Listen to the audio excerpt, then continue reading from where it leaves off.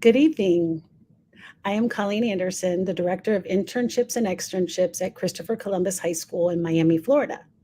Tonight, we kick off the Columbus Connects digital speaker series with a Legal Employment Symposium panel. We're live on Facebook, LinkedIn, and YouTube Live. If at any time you have any questions for our panel, please feel free to put them in the chat. We are monitoring all of these chats and we will notify the panel so they can answer these questions the best they can for you. It is my pleasure to introduce the moderator for this evening, RJ DuVerona.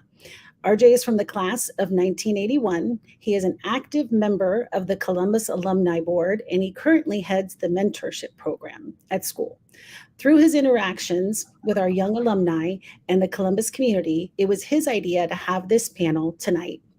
He put together an amazing group of distinguished legal professionals in various fields to present to you this evening. He will introduce our panelists. RJ, you can take it from here. Thank you, Colleen. First and foremost, thank you to Colleen and Melissa Marty behind the scenes for their help in organizing this event, and Tom Krusek for his support in getting this done. This is a brainchild that arose out of conversations last fall with a fellow explorer whose son was in law school, and we were talking about how about the challenges for Columbus or for law students in finding job opportunities. So we've developed this series. Hopefully we will have 2 a year. Today is more focused on 3Ls or third year law students who are looking for a permanent job opportunity in the summer once they graduate. But many of the things we're going to talk about apply as well to 1Ls or 2Ls, and as well to prospective law students. We hope that besides explorers, there are sons and daughters of explorers who are listening to us, and we hope that some of what we present may be helpful. In addition to this series, we have other platforms at Columbus that can help develop and nurture attorneys in their career. We have the mentorship program that Colleen spoke about. We have the internship and externship program. We have the Columbus Lawyers Associations, and we have other networking and alumni activities that you will find in your alumni email. With that, I'd like to start by introducing our speakers. When I introduce the speakers, they will tell you briefly what year they're from, what firm they're with, what type of law they practice.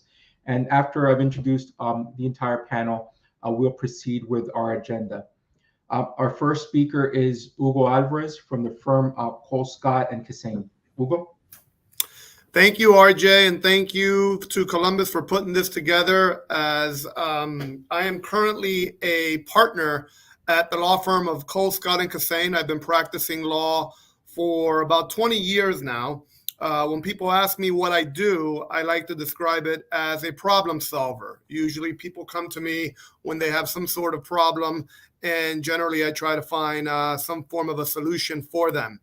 Those problems often come in the form of real estate or insurance, or sometimes just good old-fashioned business disputes. And that's what my practice focuses on. And I very much look forward to engaging in our discussion here today with our fellow panelists. I am a graduate of 1991, and another panelist, Armando Rubio, he graduated with me. So I look forward very much to doing this panel today with my fellow classmate. Thank you.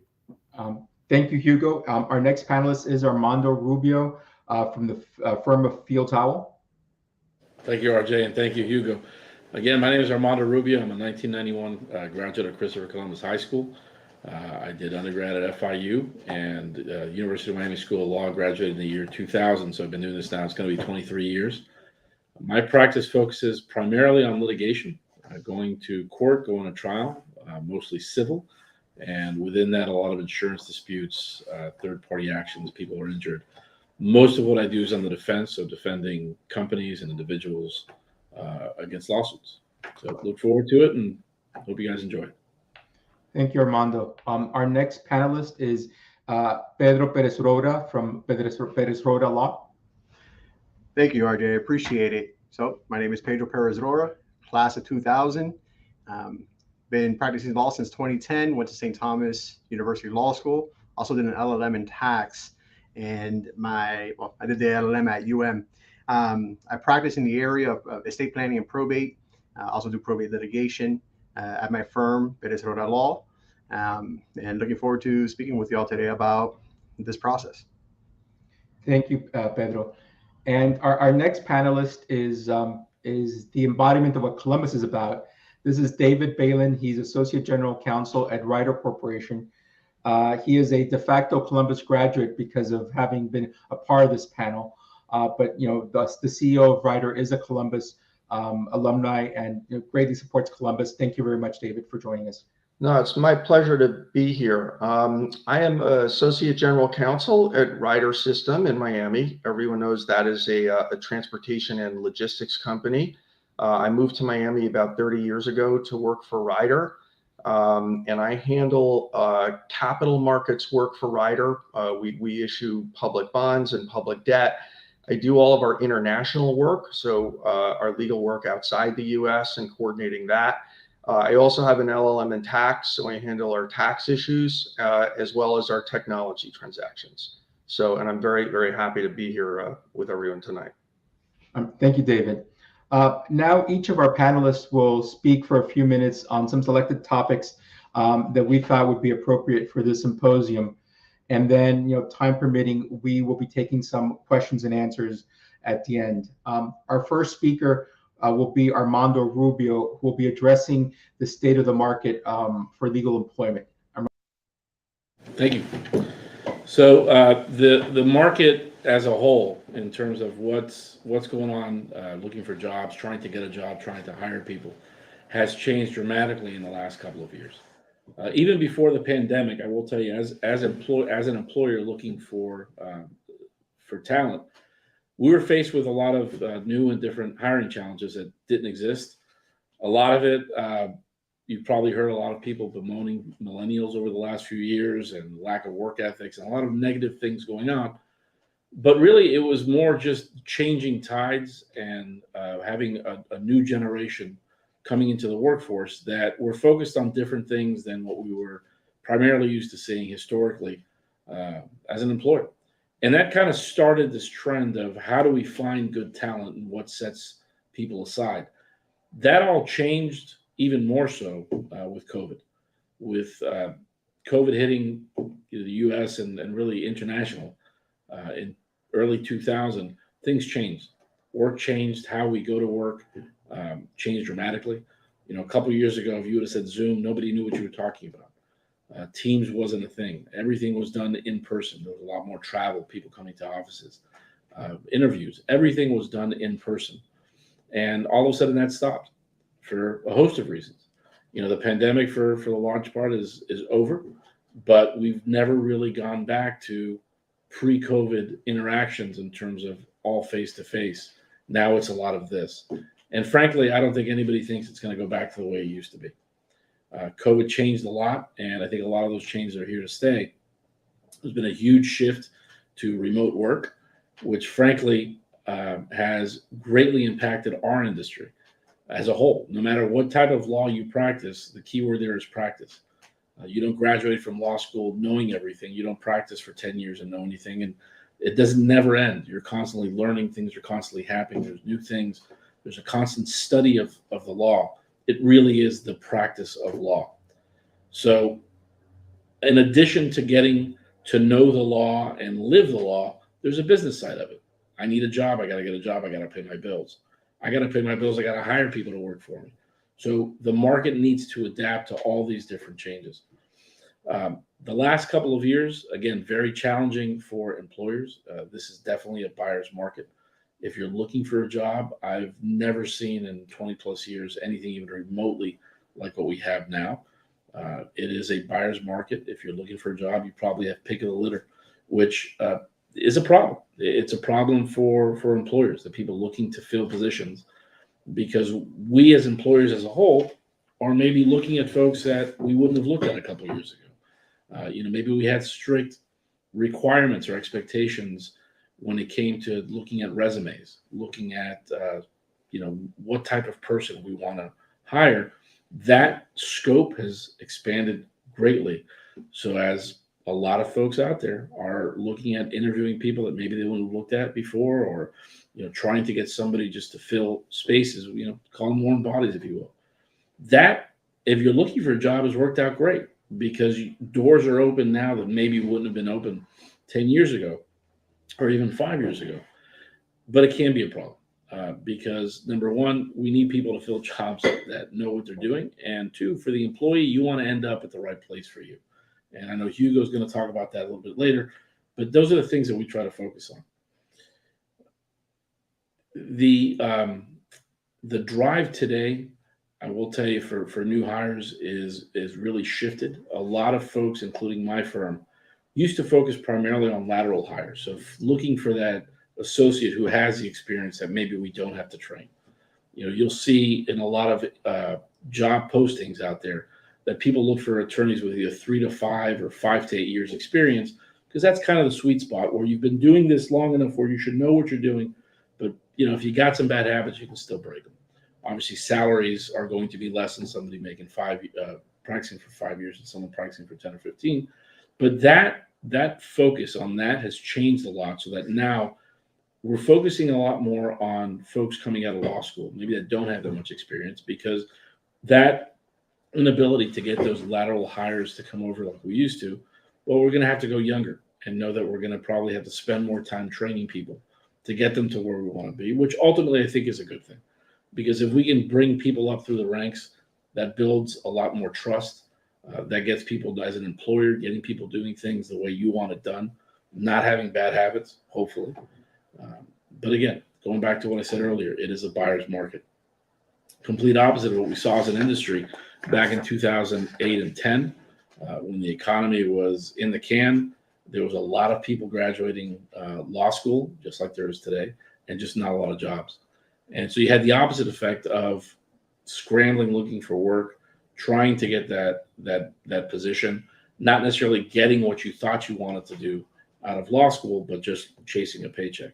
Here, very different. One of the things that I will tell you is this is starting to change. We're seeing this just trickles of just change in a direction that maybe the market's going to stable. If you're looking for a job in the next 4 to 6 months, you should be fine. I think if you're looking for a job in the next 12 months, the market may change a little bit. And that's not anything to be worried about. It's just going to kind of balance out, not surprisingly. This can't continue forever. One of the things that's going to impact the ability to kind of change the market is where the economy is going. We've been hearing about we're in a recession, we're almost in a recession for a while, and that's going to impact things. Law, like most things, is cyclical. Depending on what type of law you do, it could be easier to get a job or not. Certain types of law or legal profession areas are going to do really, really well when the economy is booming. Real estate, for example, real estate closings, title attorneys. If people are buying everything left and right, they're going to be doing fantastic. When the economy slows down, however, people are going to be less likely to make big expenditures on a new home or commercial property, especially if interest rates are going up, which they've started to do now. But there's other areas of law that do really well when the economy is not doing so great. For example, bankruptcy. The worse the economy is, the more likely people are to file bankruptcy. So it's kind of just this wave of going up and down. So if you're looking for something, be cognizant of which way the economy is going. If you're coming out of law school and you want to do X type of law, spend a little time and see how that's going to be affected in the next 3 to 5 years, assuming the economy is going to dip a bit more and then start slow growth. There are plenty of firms out there that have a great balance. I'll give you an example. My wife's firm does bankruptcy and real estate and commercial litigation. And it's kind of this circle. When bankruptcy is really, really hot, real estate, chances are, it's not going to be that great. As the economy gets better, more people start buying homes, real estate starts going up, and bankruptcy starts coming down, less people filing. And then commercial litigation lawsuits are almost counter-cyclical. They're going to be going strong no matter what. I'm very fortunate doing litigation and insurance defense work. People are going to sue each other no matter what. We're like the undertakers. People are going to die, and we're going to need to get taken to funeral homes. And that's kind of like what we do when we do litigation. People are still going to sue each other. So look at that kind of thing when you're looking for a job as to what you like, what your interests are, and where we can fit in terms of new hires coming in. I know Hugo's going to be talking about this, and I don't want to take too much of his wind out of his sails, but for those of you starting out, look for those areas that are going to be growing, that are going to be stable. But don't do that at the expense of your happiness. Not every type of law is going to be for you. Not every type of firm or employer is going to be for you, but there are plenty of options. The beauty of this profession is that, again, you're always going to be learning. You're always going to be practicing, and there's a ton of stuff that you can do. So hopefully that gives you a little insight as to where the market is. And RJ, I'll pass the mic back to you. Armando addressed something that I was going to ask him, and that's really, the change in economics. And, that's something that obviously is going to be a concern to everybody. And, I'm glad that he touched on it. I will add that I myself did study law as well. I graduated from UM in '89, and that was a bad economic recession. And I had a lot of my fellow graduates that had issues finding jobs, but then, the market turned and everything is cyclical. Our next panelist, who's really going to be talking about, different types of environments for you to practice, is Hugo. Well, good evening again, everybody. This is Hugo Alvarez. And although I work at a law firm, what I'm going to be chatting a little bit right now is about what it's like to work outside of a law firm. And I say it like that because I think a lot of times when people decide to become a lawyer, more often than not, it's because they think they're going to be in the courtroom or the boardroom, either trying a case or working and closing on a big deal. However, there are a lot of times where after you go to law school and after you've worked at a law firm, you decide, you know what, being a lawyer isn't actually for me. I don't think I want to do that. A good example of that is Peter Thiel.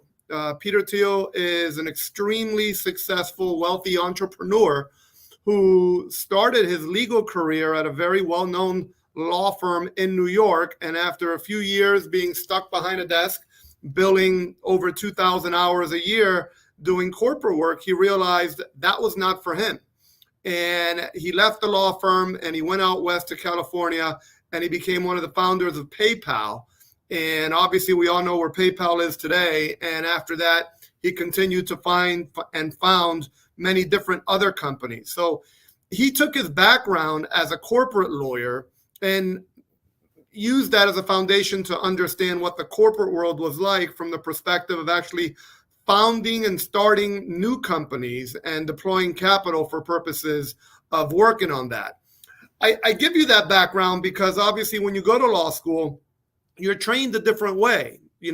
Throughout your academic career, you're trained and you're taught that when you're given a multiple choice exam, there's a right answer. But obviously when you go to law school, the answer really is always maybe. And you got to learn how to pivot in between issues and understand what the points are and analyze them. And Peter Thiel is an example where he took that to the next level because as his work as a corporate attorney, he is well situated to evaluate corporate deals, corporate structures, and corporate work. And that foundation has certainly led him to be a very successful entrepreneur. In addition, there are other individuals, somebody that, if you watch the Today Show every morning, Samantha Guthrie is a trained attorney. She went to a very reputable law school, but she obviously doesn't practice law. But she uses those legal skills in order to aid her and help her as a TV anchor. You can see it when she's interviewing certain individuals that are on TV. In addition, Donald Trump's chief of staff is actually a University of Miami alumnus who never really practiced any law. Instead, he pivoted and decided to embark on the world of politics. But certainly in the world of politics, having a foundation of law is certainly going to be beneficial and aid you.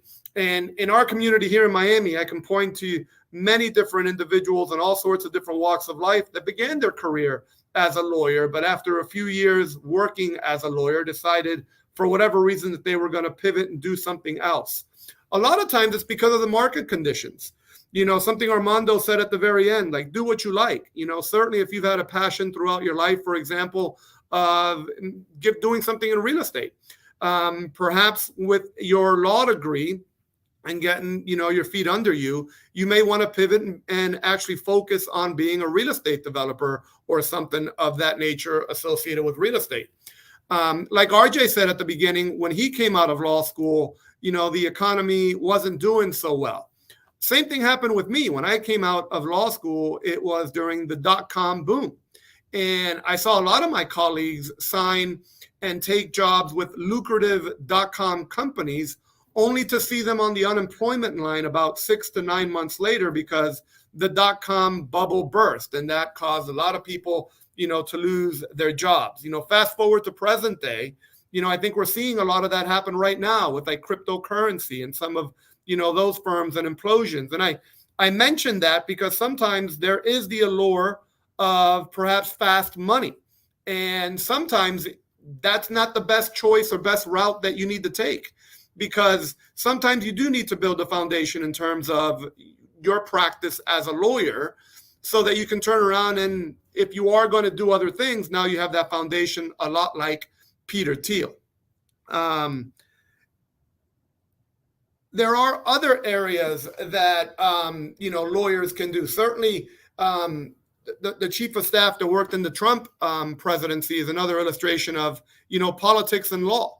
Certainly there is a balance there where a lot of individuals go back and forth with respect to that. But the point of all this being is there are a lot of opportunities that are present outside of the practice of law, outside of a law firm. But the important thing for you to consider when you are considering those is to make sure that you like what you're doing, because like Armando said, if you don't like what you're doing, it's going to be a hard chore. And number two, make sure it's a path that you feel that you can succeed in. With that being said, I'll turn it over to RJ now. Hugo, stay on for a second because I'd like for you to address something within the realm of environment. Can you address for a couple of minutes, at least from your perspective and your experiences? I know that you've been in this, the large firm environment versus the mid-sized firm environment, a local firm versus Miami office of an out-of-town firm. Yeah, good question. So today I work at Cole Scott & Cassane, like I said at the beginning, and we are the largest law firm in the state of Florida. We got, over 600 lawyers. So needless to say, there's a lot of work and there's a lot of responsibility for a lot of younger lawyers to do a lot of different things. There's also a lot of pressure on those younger lawyers to ensure that they bill a certain amount of hours and that a certain amount of work is being done and completed. Sometimes at a larger law firm, the younger lawyer is not going to be afforded certain opportunities to do certain things. For example, at a larger law firm, a young lawyer probably isn't going to go and try a case 3 weeks after their first day at work. But by the same token, a smaller law firm, not to suggest that the quality is any less than the larger law firm, certainly at a smaller law firm, that associate, that younger lawyer is oftentimes going to be asked to do a whole lot more because the need is there and it's ever present. And certainly the work environment is going to be different and perhaps the billing pressures aren't going to be there. One of the things that I think Armando touched upon in terms of when he was talking to you is in terms of the market that's out there. I know when we were preparing for this, Armando had a good point that back in 2010, it was a really good environment for larger law firms to tap into hiring younger lawyers because it was a different environment. Today, like Armando said, it's a buyer's market. And certainly the individual young lawyer can pretty much almost pick where they want to work today. But that isn't always the best thing for the young lawyer because certainly they may not necessarily like working at a big law firm where there are a lot of billing requirements and things of that nature. But by the same token, they may not necessarily like working at a small law firm where sometimes the nature of the work is, all over the place a little bit, and the direction may not necessarily be as rigid as they would get from a large law firm. So certainly the individual has to take into account, some of the pros and the cons of both environments and determine what's best for them. Okay, Hugo, thank you. Our next speaker is going to be Pedro Perez Roda, who's going to talk a little bit about the hiring process. Thank you, Pedro. All right, thank you, RJ, and good evening again to everyone.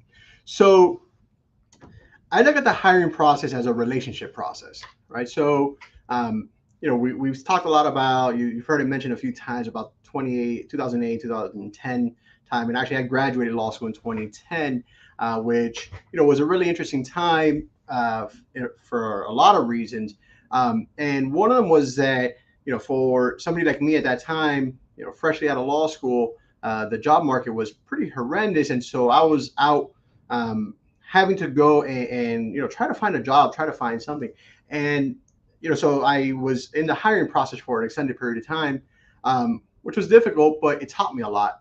And so I'm here to share that with you today. So, when I say the hiring process is a relationship process, it's really a two-way street, right? So for a lot of young lawyers and new lawyers, right, you're just trying to find a job, right? And that obviously is important, but if you're just trying to find a job or any job, right, sometimes it can lead you to a place that maybe you don't want to be. And so, I'm going to talk to you a little bit about researching firms, right? So for a lot of younger folks these days, the go-to is, hey, I'm going to go, to the website, social media channels, and that's important, right? Because, what a firm is putting out there about itself, you need to know, right? If somebody's coming, if I'm hiring and somebody's coming to interview and they barely know, what we do as a firm, that's obviously a red flag, right? And if there's anything that law school has taught you is how to research, how to look things up, right? It's the core skill that you learn as a law student. And so that's, sort of the minimum, right? So, if almost every firm has a social media presence, right? So now you get to see a little bit more about the character of the firm, right? How they put certain information out, what they're, how they're positioning themselves in the market is important to know, so that when you're in the interview now, you get to speak intelligently about what you know about the firm, right? One thing that has been somewhat lost in the younger generations, since everything is digital, a lot of people are scared to actually talk to people, right? And that's really where you get to know who a firm is, right? What that firm is like, who the people in the firm, right? So, really trying to make connections, right? And trying to learn about the people in the firm, right, is hugely important, so that when you're sitting there and the firm is evaluating you, you have a good sense as to who you're speaking to, right? Now, there is a fine line to walk, right? Between researching and I guess stalking, right? So, reaching out to people, trying to get information is definitely a plus, right? I know it is for me when I've had people reach out to me directly in the hiring process and say, hey, I'm really interested in joining the firm, rather than just submitting a resume. That's a huge plus, right? And so, that outreach is important, right? When you're doing your research, what are the things you're looking for, right? Well, beyond practice area, beyond what the firm, the branding or how the firm is positioning itself, right? You're looking for connections, right? What is there a hiring partner that went to Columbus? That's an obvious in this forum, right?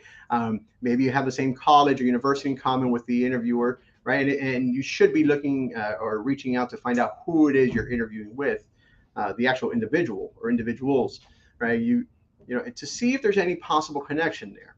And if there isn't one, sort of make it happen. How do you make it happen? By preparing and asking questions, right? So if something's maybe a little unclear to you, or you want to know something more, go and prepare with questions, right? So now for most jobs, it come in one of three situations, right? You have the on-campus interview process, which if you're a 3L, that's probably already happened, right? Or you're there now. Then there's also direct job postings, right? And then I call the more informal process, right? So the on-campus interviews, that one's pretty self-explanatory for law students, right?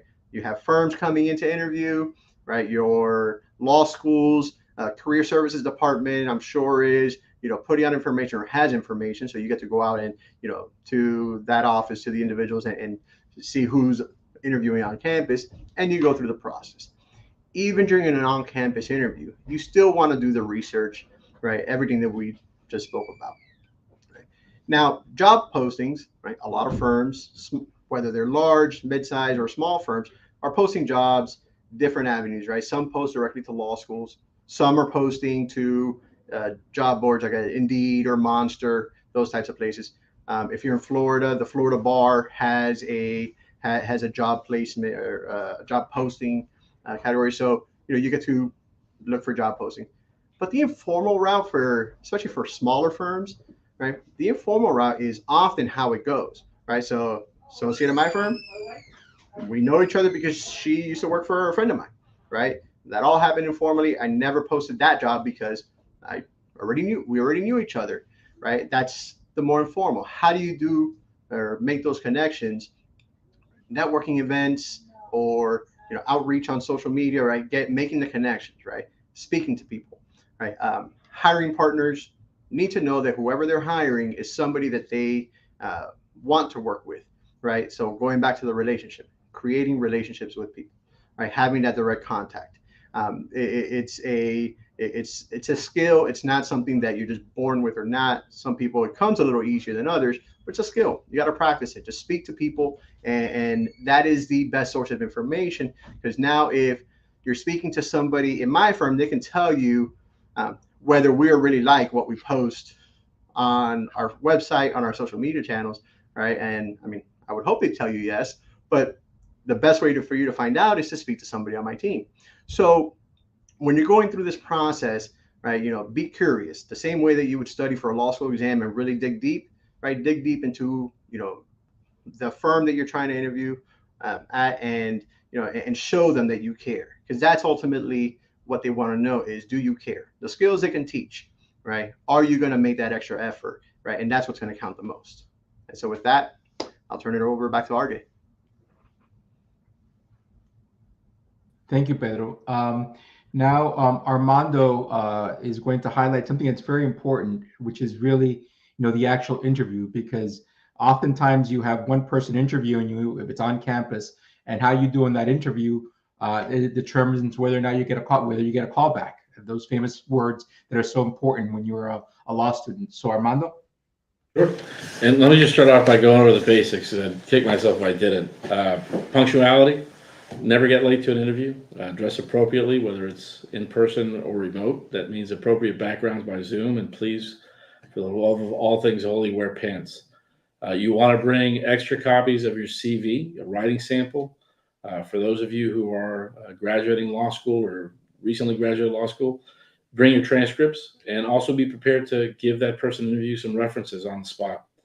A couple important things for you to realize is you need to know your audience. Know who you're interviewing with, know the firm, the type of work they do, the environment. Do some research on the firm and obviously the interviewer.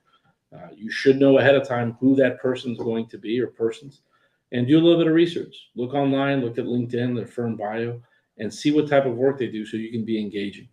Is there a connection? Is this someone that maybe you know through a friend, somebody who graduated from Columbus? I will tell you, you should never underestimate the network that you have through Christopher Columbus High School. It doesn't go away. Miami is a very unique place. Most places, and we've talked about this internally amongst ourselves and presenters, most places focus on, where'd you go to college? What did you do when you graduated college? Miami is one of the few big cities that you're ever going to see that where you went to high school is important. And saying that you went to Columbus, having that on your resume, don't sell yourself short. I know a lot of times colleges and universities will tell you don't go back that far. What matters is universities, colleges, law schools. But here, especially if you're going to a larger firm that maybe there's a Columbus or even a Belen guy that graduated from there, make sure that that's noted in your resume. So know your audience, know the firm, do some research. And then lastly, when the interview is done, very small thing that's going to come across really well is send a thank you note. Either an actual handwritten note or an email thanking the interviewer for spending time with you, reiterating your interest in the position, assuming there is some. Don't send a text. Don't send a phone call, just a personalized note, and be professional. One thing to always keep in mind, though, too, is when you are in an interview, you're selling yourself. And maybe that firm or that interviewer, that person you're interviewing with is trying to do the same thing, telling you what a great place it is to work and all the opportunities you're going to have there. But don't sell yourself short either. You want to find a balance, be professional. Humility is important, but do a good job of selling yourself, and first impressions matter. So With that, I'll kick it back to RJ. Thank you, Armando. Next up is going to be David Bellant, who, as we mentioned, is Associate General Counsel at Ryder. And he's going to address two topics which are very important. One is internships as a tool for a permanent job, or perhaps even for our 1Ls or 2Ls. And then alternative employment in the sense of, where else can you put your law degree to work? David? Great. No, I appreciate it. Thank you, RJ. And I believe I am a Columbus grad for another half hour and didn't even have to take calculus. So this is great. With regard to internships, and again, this is probably more relevant for the 1Ls and 2Ls that'll be on the call, but there are several reasons that you really do want to consider taking on internships during law school. I can speak to this with a lot of experience, both through my own internships, as well as the fact that at Ryder, we usually have interns almost every semester working in our department. We have a department of 16 attorneys, and we do make heavy use of interns coming in during the semesters and then for the summers. And some of the advantages of taking an internship are, first of all, contacts, advice, and mentorship. So when we have interns in our department, we get to know them very well, and the interns make good use of the resources of talking to everybody in the department, finding out where the attorneys have worked prior to coming in-house at Ryder.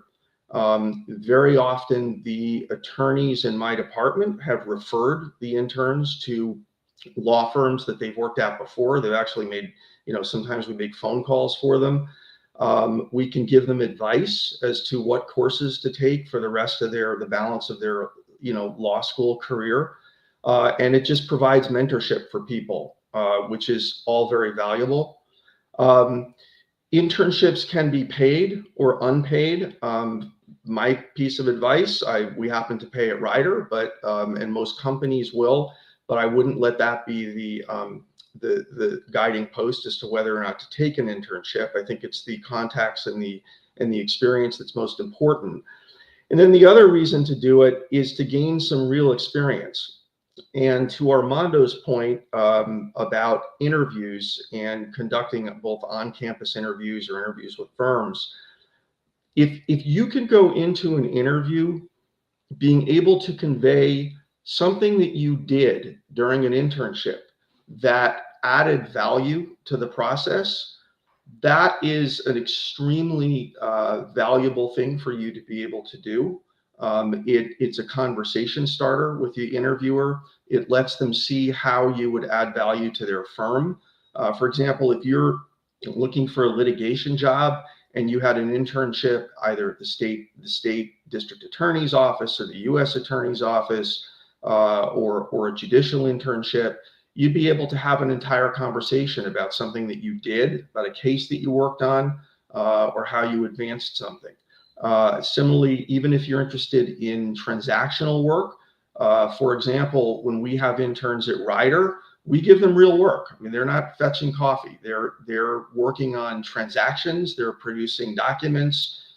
They're assisting in every way. And for them to be able to go into their first job interview and say, hey, look, I worked on this acquisition, or I worked on this customer contract, and these are the things that I did. I think that's very, very important to be able to do. And then third, I think to what others spoke about earlier on this call, sometimes an internship can tell you what you want to do and what you don't want to do. Both internships I had during law school, I worked at the U.S. Attorney's Office, and I also had a judicial clerkship internship, and they were great. And I decided I didn't want to be a litigator. So I was able to, when I went to my first job, I worked at a law firm in New York, and I joined the transactional department because I knew I didn't want to litigate. So something to think about. Real quick, sources for internships. Two things I would point you to. One is Miami has both Fortune 500 companies as well as a lot of mid-sized companies. And as everyone knows, Miami's exploding right now with startups. There are a lot of technology companies coming, early stage technology companies coming into Miami. All of those companies are dying for interns. They have very small legal departments. They may only have one attorney, and having a source of interns would be very valuable for them. So it's a great time to be down here right now. The other source is federal and state agencies. The U.S. Attorney's Office always has internships available. State's Attorney's Office. I can tell you when I took an internship at the U.S. Attorney in New York, they actually deputized the interns so we could appear in court and conduct hearings and things like that. So think about those opportunities. Federal agencies, there are a whole bunch of them, and they all have 3 letters: the SEC, the IRS, the Department of Labor, Housing and Human Development. All of those have offices here in Miami and Fort Lauderdale, and all of those take interns. And if you're interested in transactional work, you want to be a securities lawyer, you want to do finance, you want to be a tax lawyer, all of those are fantastic opportunities. And the others I'd mentioned, legal aid. There are a lot of legal aid organizations in Miami. The attorneys in my department, we volunteer at legal aid from time to time. And there are charitable organizations that are always looking for interns for obvious reasons. They have limited resources, and they really do put the interns to work. So RJ, I guess I'll continue into the next area, which is alternate employment. You've heard from my colleagues on the call this evening, all of whom are at law firms. I happen to be an in-house counsel. I did work at a law firm before in New York before moving down to Miami. I moved here specifically to work at Ryder. Being an in-house counsel, just briefly, it's not better or worse. It's just different. There are a lot of pros and a lot of cons, but it's definitely something that you should think about in mapping out your career. Some of the advantages of being in-house, you do get very, very involved in the business. And I'm sure my colleagues on this call who work at firms do the same with their clients. But you do have a lot of longevity with a business when you go in-house. So when you work on transactions, you see them years later, and you have a sort of a long-term view of how things fit into the company. And then you also have the ability to move into a lot of different areas. So I started out doing finance for Ryder, but when we went international, I was able to pivot into that position. I then went back for a tax degree, and I was able to pivot into that position. And now we're starting up investing in startup companies at Ryder. We have an organization called Ryder Ventures, so I'm able to do startup type legal work. So when you go in-house, there are a lot of different opportunities and ways you can go, and you can even migrate into non-legal positions. So we have a lot of people in my department who jump over the fence, and they consider themselves former lawyers, but are still with the company and in business roles. And if that's something you're interested, you can do that as well. Some of the negatives, and not to focus on them, I do think that when you are a younger attorney, I think the training and the mentorship you get at a law firm is probably much more intense. I would not have been so comfortable going straight in-house. I did work at a law firm, and I think the type of training that all of my colleagues on this call probably give to their associates, in-house, it's very lean. And so we generally hire people a couple of years out. And I think the best of both worlds, really, if you're interested in in-house, is probably to start at a firm and then make a move in-house after a few years. And finally, I just wanted to cover, and this dovetails with what I said about federal and government positions. Don't leave that out of your job search. There are enormous opportunities both at the federal and state level. both for litigation. I mean, there's a lot of litigation positions. Department of Justice obviously has a lot of litigation jobs, but they also have a lot of transactional jobs. The antitrust area, the labor area, all of those areas are available to you. There are a few advantages to really considering federal jobs. One is you get an enormous amount of responsibility young. They're thinly staffed. And my colleagues who went to federal and state jobs, when I was comparing our jobs when I was much younger, right out of law school, they were in court, and they had huge, even those in transactional areas had huge responsibility way earlier than I did. And so that's something you want to think about. And the other is frankly the benefits. I mean, working in government, you do have very good benefits, and there's also a potential now for student loan relief for people who work in various federal agencies. So that's something to think about. So RJ, I hope that covers it, but happy to answer any questions if there are. Thank you, David, and an official welcome to Explorer Nation, soon to be football champs again. Hugo was going to talk to us for a few minutes about some of the networking tools. And then after Hugo speaks to us for a few minutes, I'd like to invite all the panelists back on to address some of the questions that we've been receiving. Hugo? Yeah, so obviously one of the reasons that we're doing this is to provide assistance and help with, a lot of explorers out there with landing their first job. And I think to a certain extent, it's easier today to make certain connections than it was when, say, me and Armando were in law school, or even than you, RJ. I remember when I was in law school, the way I would go look about a job was I would walk into the library, grab a big book called Martindale Hubbell, and just try to find lawyers that work in Miami that went to Tulane Law School. That's where I went to law school. But now with the internet the way it is, you can go to, Facebook and Twitter and all of these different social media sites like LinkedIn and try to make connections that way. And certainly the power of social media kind of levels the playing field.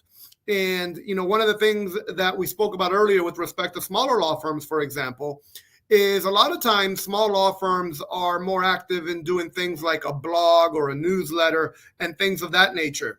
And I think that's important for, young lawyers, individuals in law school to reach out to those folks, because certainly if you can provide a helping hand, now all of a sudden you can make a connection. And with a connection, and especially if you do the good work by showing up, like Armando said, now you're networking and you're that much closer to getting your foot in the door with that organization with perhaps your first job. Or if it's not that one, perhaps they can, give you a referral and point you in the direction of perhaps landing a job at a different place.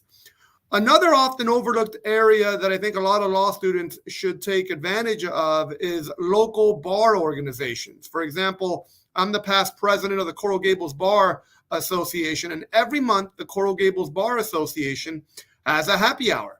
And who shows up at happy hour? A bunch of lawyers. And what do a bunch of lawyers at happy hour do? They often start drinking, telling war stories. And sometimes if there's a need, a law student will see and hear that, and perhaps they can make a connection and perhaps volunteer, like David had said a moment ago, and offer their services to that law firm or lawyer and organization. And the next thing you know, if you show up, like Armando said, you're going to leave a favorable impression, and perhaps you have an opening to getting your first job. This is a little bit old school, but, the Florida Bar still publishes a newspaper. And I say it like that because in the back of that newspaper, they have ads. And generally, the larger law firms will put in there that they want, 3 to 5 years worth of experience.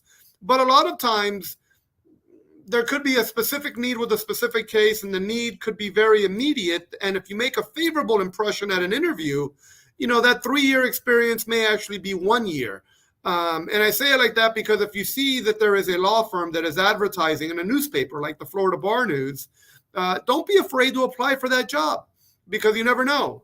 Perhaps when you apply for that job, it could be with a lawyer that maybe went to Columbus. It could be with a lawyer that maybe is a family member, and they can put in a good word, and perhaps you can get your foot in the door that way. In addition, in today's era with these phones, I can tell you, like, for example, my law firm today just announced a new app. And on that app, they have, positions that they're looking for constantly. I would encourage, law students to take a look at the apps for some of the larger law firms around town and in geographical areas that they want to work, because that's a wonderful source to be mining to perhaps see if there are openings and things of that nature. And I would be remiss if I didn't add Columbus. I think RJ has done a very nice job in terms of, trying to create a platform and a place to come and try to help individuals, be it, law students or other individuals just, that aren't going to law school, but just are in college and trying to get that first job. Columbus has an amazing network. Like Armando said earlier, I find it very interesting and very Miami that where you went to high school in many respects matters more than where you went to college. And we have a powerful network, and I think Columbus does an amazing job of trying to bring that network to all of its alums to help them land and bring that first job. And certainly everybody here on this panel today is certainly going to help any way possible to any Columbus alums to reach out to any of us for purposes of, either advice. I could get a phone call from someone that's about to interview with Armando, for example, and give them, my 2 cents on what I think with Armando and what he should be doing when he's interviewing with Armando. So remember Columbus. Remember that Columbus has a lot of resources that are available to you. So I think those are some tips that I think, all of you have available to you at your fingertips. And certainly if you got any questions or comments about any of that, I'm certainly available to address them. Thank you. Okay, thank you. I'll welcome back all the panelists now. And I had a question that I wanted to ask everybody, but then there's another question that came in, and this one really was important because it came in right at the same time as Hugo was speaking. And this is from Guillermo Brito, who basically says, he takes the bar, he graduates in May, takes the bar in June, but he did 2 years of law school during COVID. How can he improve on his network? Well, the first thing I'll tell you, Guillermo, is I welcome you to apply to our mentorship program. It has a really good chair, and that chair will pair you with a Columbus lawyer that can be your mentor and help you grow. We also have Columbus Lawyers Association that Hugo leads, and that's open to law students as well. And we'll be having an event in January or February for sure. And you're more than welcome to come to that. We also have other professional associations. There is LinkedIn. And again, being involved with Columbus. I mean, the Columbus network is just amazing. And receive your alumni association emails and look at what's going on. And there are many different ways of getting involved. And by all means, reach out to Melissa or somebody at school, and you have our personal email, and we can help you with the process. I want the panelists to address two different topics. One is the two bad words when we were in law school, which were billable hours. And back then it was, oh my God, what are the billable hour requirements? I remember with Greenberg went to 2000, I think went 2100. Is that still an issue?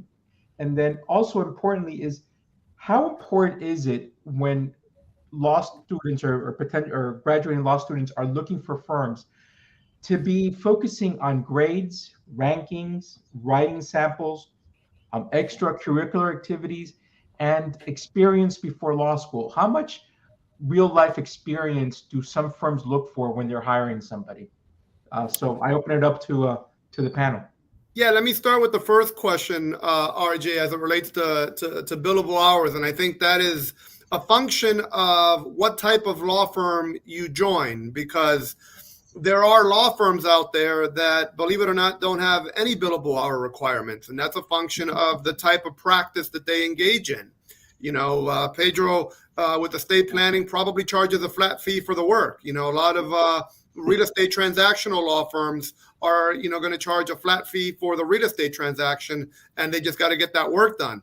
A lot of plaintiffs' personal injury law firms are going to charge a contingency fee, and they're not going to necessarily keep track of their hours as it relates to the work that's being performed. I think on the other side of that spectrum, like, Armando's probably going to chime in a moment, like the firm that I'm at and the firm that Armando is at the end of the day, these law firms are a business. And for the business to be profitable, the billable hour component is very important, because we don't handle cases, generally speaking, on a contingency fee. We handle cases by sending an invoice out every month to our clients with the hours that are on there and expecting a payment 30 to 45 days thereafter. So that matters from the perspective of one of the things that I was talking about at the outset. What type of lawyer do you want to be? Because Peter Thiel, the founder of PayPal, he didn't like the billable hour aspect of it, and he worked at one of the largest law firms in New York, and he left the practice of law altogether to start founding companies. Then you got, a lot of very successful plaintiffs-oriented lawyers that, again, started their practice billing hours at big, insurance defense type law firms, and now they work primarily on contingency fee cases where the billable hour component is not an aspect to their day-to-day life. So I think that's a function of the individual, and I think it's a function of, once you get into it, you're going to see the pros and the cons. But to Armando's point, in terms of knowing who you're meeting with and interviewing, I think it's important to understand the dynamics of the law firm and how they generate revenue, because that's going to be an important question to ask. What's the billable hour requirement here? I think if you ask that in an interview at a plaintiff's personal injury case, I don't think that's going to go over very well. So that's what I got. Thank you, Hugo. Can somebody address, grades, ranking, writing samples, references, things like that? I'll take that. Okay. So I'm a stickler for grades and writing samples and all of that for a new grad, right? If I'm hiring somebody that's been practicing, I don't care about it, right? Which is to say, it's really important for your first job, for sure, right? Because that's your body of work. When you're looking for a lateral hire, yes, you want to make sure the person, knows what they're doing, but really you're looking at the body of work. So those things matter. So while you're in law school, certainly, got to get the good grades, right? The better your grades are, better your chances are at landing the job that you want. And so it's really important. And I wanted to chime in also because Guillermo Brito, who the comment before, reach out to me. One of my friends does a lot of copyright, trademark type work. Reach out to me. I'll put you in contact with him. The power of the network right there. That's right. And if anybody has any questions that we don't get to, or if you guys want to get in contact with any one of us, you can send an email to socialmedia@columbushs.com. socialmedia@columbushs.com, and those comments will get to us, and we'll get back to you. Can somebody address the issue of time off? This is more of a question that's addressed perhaps to potential law students. The question always comes up: should I take a gap year between college and law school? Will that make me a preferred candidate when I'm looking for a job? What do you guys think? I mean, I'll just pipe in here. I really think it depends on what you did with that year, right? I think that if you took a year off to, just play video games, no. But I think if you take a year off and you gain some really substantial experience, people will respect that. It gives you something to talk about on interviews, and it makes you a more well-rounded person. And I'm a big fan of it. I actually think it's a good idea for people. And I'd like to pose another question to all of you, which is the following: what happens if you have a prospective graduate who's not sure if he or she wants to go into litigation or transactional work or tax or trust and estates? What do you tell that person how to focus his or her search? That RJ, that's something that really needs to be addressed while they're in law school, not when you're finishing it. The beauty of law, like I said earlier, is that there's a ton of different things you can do.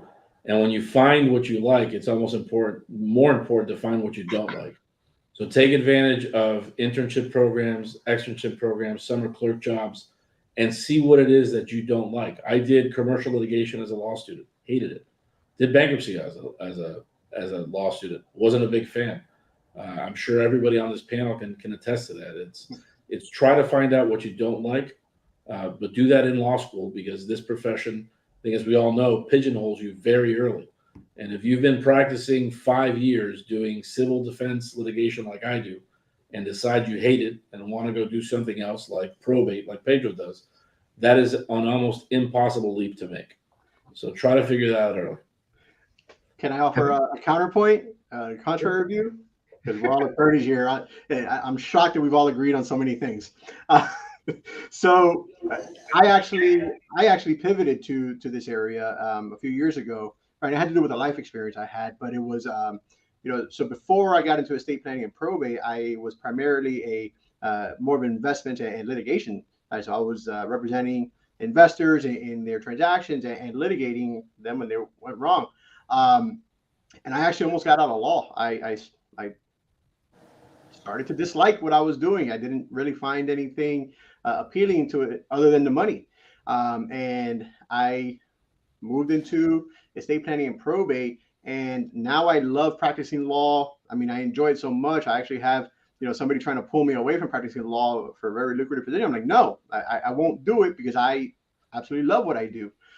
So, I mean, now, is that ideal? Of course not, because it took a few years of some very heavy studying, of, really transitioning, of really sort of abandoning all of my, not abandoning my prior marketing efforts, but really changing how I develop business, who I'm developing business with. It changed a lot in my life. So ideally, you follow the path that Armando laid out. You figure it out earlier. It is possible to change down the road, but it is difficult. We have a question Okay, now. I want to add one thing, just something building on something that David said, sticking with this, with the theme, with the life experiences, I think kind of also helps with all that as well.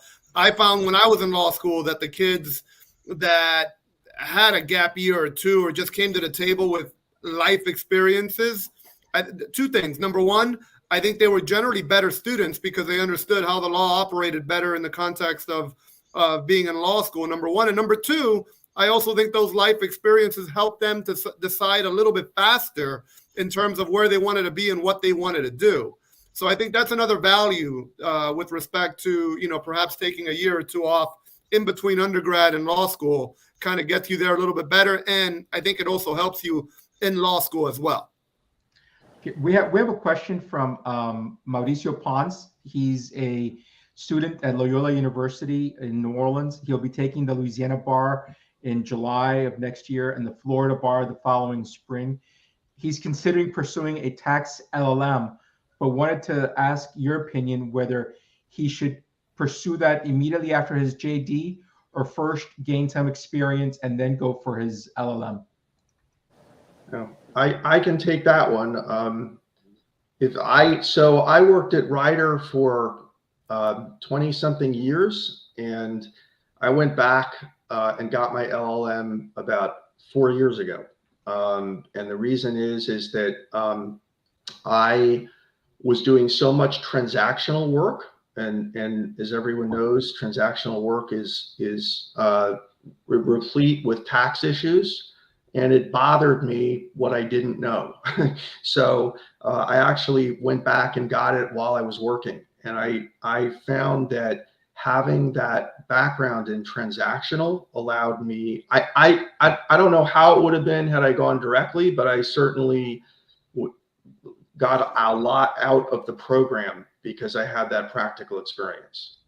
So I'm not recommending you wait 20 years, but but let me ask you a question. When you were in law school, did you take a lot of tax courses? Because that's a question that's also what I would tell Mauricio is, how many tax courses have you taken, or will you plan to have taken by the time you graduate? I only took one in law school, and I learned what I learned on the job.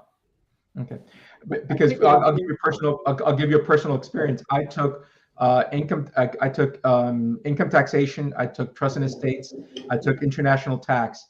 So I was in a very good position where perhaps maybe I did not need the LLM, also because I had a prior business background. So I think the question really becomes, I think a little bit to Mauricio's point is, or to anybody who's in Mauricio's position is, is one pursuing the tax LLM because of the degree, or because one wants to pursue a body of knowledge that one did not get to address in law school? And depending on what law school you're in and the Chinese menu that allows you to pick classes, that might be an issue. I think it also depends on whether you want to be a full-time practicing tax attorney versus having the tax background or the tax knowledge to supplement your practice. But if you want to practice tax law, it's almost a requirement that you have the LLM up front. Now, if you're looking for it to supplement your practice, as David does, and he supplements mine in estate planning for sure, then you can do it as you go along. There's part-time programs. There's ways to do it as you practice. It is more difficult to study, obviously, while you're practicing law. So, if you're going to take that route, make sure you actually do it, because it's very easy to, for a year or two to turn into 5 or 10. And so that would be my advice. I want to ask a question, which is the following. I think everybody saw the bar passing grades this last July. They were horrific. I think on average, 62% of the students taking the Florida bar passed the Florida bar, where the numbers used to be in the 80s or 90s. Many reasons for that.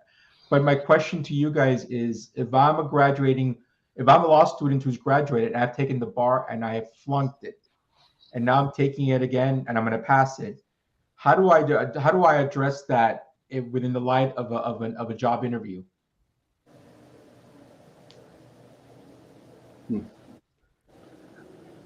I mean, for a law firm, to a certain extent, like I said before, we are a business. And if you're not a member of the bar, then you're going to unfortunately be stuck as a law clerk. And I don't think, that's what you wanted. So I think the effort and the focus needs to obviously be to pass that bar exam so that you can actually become the attorney, because otherwise you're going to be stuck in the perpetual law clerk land.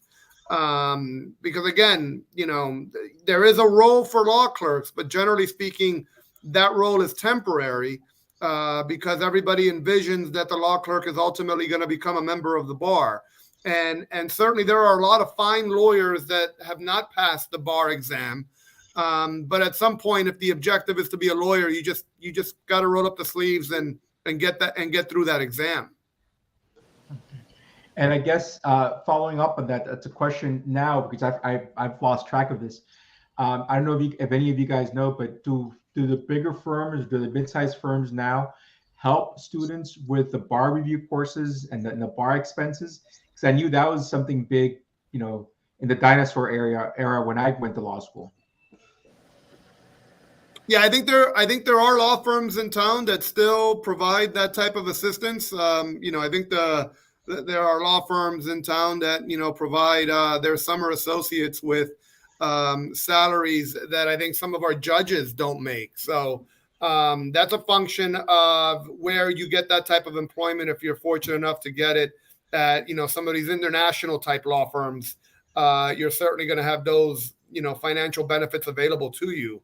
The smaller firms, I don't think they would offer that. But the good thing about the smaller firms, and certainly Pedro can speak to this better than me, that's one of those things you can walk in and negotiate, right? Like, okay, you're not going to pay me that big of a salary, but perhaps you give me some better perks, being perhaps pay for my bar review course and things of that nature.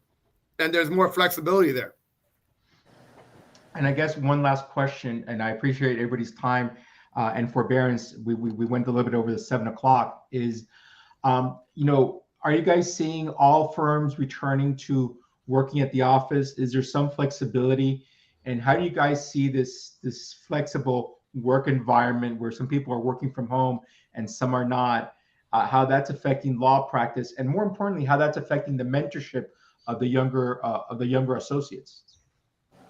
Yeah, I can jump in. I'll be brief, but I will tell you, I've never been a fan of the remote, especially for the young attorneys. It's a huge disservice not being able to be in the office, learning from people. It's very different to walk into someone's office just down the hall and have a conversation about a question, a case, versus having to email them, get them on the phone. When you're a young attorney, fresh out of law school, like Hugo said earlier, there's very little that you actually know how to do. And mentorship is so important in this field. I will tell, for those of you looking for a new job, find a place that will mentor you, that people will spend time teaching you how to do this, and really try to get that in-person experience. The remote thing may work for some. I'm not a fan. I will tell you, as an employer, we are much more flexible now than I would have been 3 years ago. We don't have any hard and fast policies on who can work remote, but if someone needs to work remote from home for whatever reason, we're set up to do it and they're welcome to. But being in the office, actually going to court, taking depositions in person, having FaceTime with judges, with the staff is absolutely invaluable. Yeah, I would agree with Armando and everything he just said. I know that there are a lot of law firms in town where it is a real struggle. I know one prominent law firm in Coral Gables where they're downsizing pretty significantly their physical footprint to a much smaller office, largely because they're moving to the hoteling model. And the hoteling model is where the attorneys, rotate in and out of an office, kind of like, a Regis type environment. I'll tell you this, that law firm can do that because a lot of the lawyers there are a little bit older, so they don't require some of the things that Armando just alluded to. They don't need the mentorship. They don't necessarily need to interact with their colleagues as much as perhaps some of the younger lawyers do because they're at a different stage in their career. But like Armando just said, I agree with him wholeheartedly. Those relationships that young lawyers make will come back, 10, 15 years from now and pay in spades. For example, I know I keep talking about Peter Thiel, but when he was a young lawyer, I'm sure he was going to Subway having lunch with a few of his buddies. Some of those buddies stayed being lawyers, and I'm sure they got PayPal as a client. That's how those connections operate. That's how those relationships operate. And that's the power of relationships. And moving to a remote work environment for a lot of the young lawyers, while certainly convenient, doesn't foster or help with the development of those relationships. And to Armando's point, makes mentoring that much more difficult as well. I'll tell you how we're addressing it, right? So our team actually, so there's 5 of us in total. 3 are completely virtual. 2 of us are in the office, but we rotate out. And so what I've done is I actually require, quote unquote, require the water cooler talk. And what I mean by that, everybody in the firm is authorized and encouraged to take some time during the day, jump on a video call, and have conversations with each other, right? And so I do it with every member of the team, right? We sit down at a minimum, once or twice per week, sometimes more often, right? And we're having video calls, right? And there's an entire training program, mentorship program, things that we do to make sure that we get a lot of those things. Now, it's not a replacement for face-to-face conversations. There is no replacement to that, but it is the way that we're handling it, right? And it's been hugely beneficial. And it allows for things like, when you're working from home, you save time. You're not stuck in traffic for 20, 30 minutes driving to the office, right? So people are a little bit happier when they walk into the office or, when they start work at 9 a.m. So there are some perks to it for sure. But, it does require actually more structure in the mentorship and training program. So that's how we deal with it. There's no perfect way to do it, I think. But that's just something that if you're going to be looking for a place or want that, make sure that they have a plan in place for the mentorship, because that is invaluable. Well, gentlemen, I want to thank you for all being part of this panel. I want to thank Melissa and Colleen for helping organize this. And Colleen, take it away.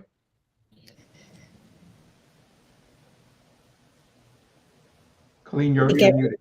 Okay. Am I muted? No, you're fine. Okay, awesome. I wanted to thank the panel for presenting us tonight. You guys did a great job. You knocked it out of the park. We want to really thank you for sharing your inside knowledge with us. I think it makes a huge difference for our community out in Columbus, who's across the country. It's a testament to the whole Columbus community that we have such successful alumni and families and friends who are willing to give back to the school in so many ways, and we really appreciate it. I also wanted to thank Melissa Marty for doing all the heavy lifting to make this evening happen, to Tom Krusak and the entire administration for their support and guidance. Lastly, I wanted to thank everyone for attending tonight. I hope you guys have a great evening, and please be on the lookout to join us again in the spring as we're planning another session discussing more topics in the legal field. We're really excited to do this for the entire Columbus community. Good night, stay healthy and safe. Adelante.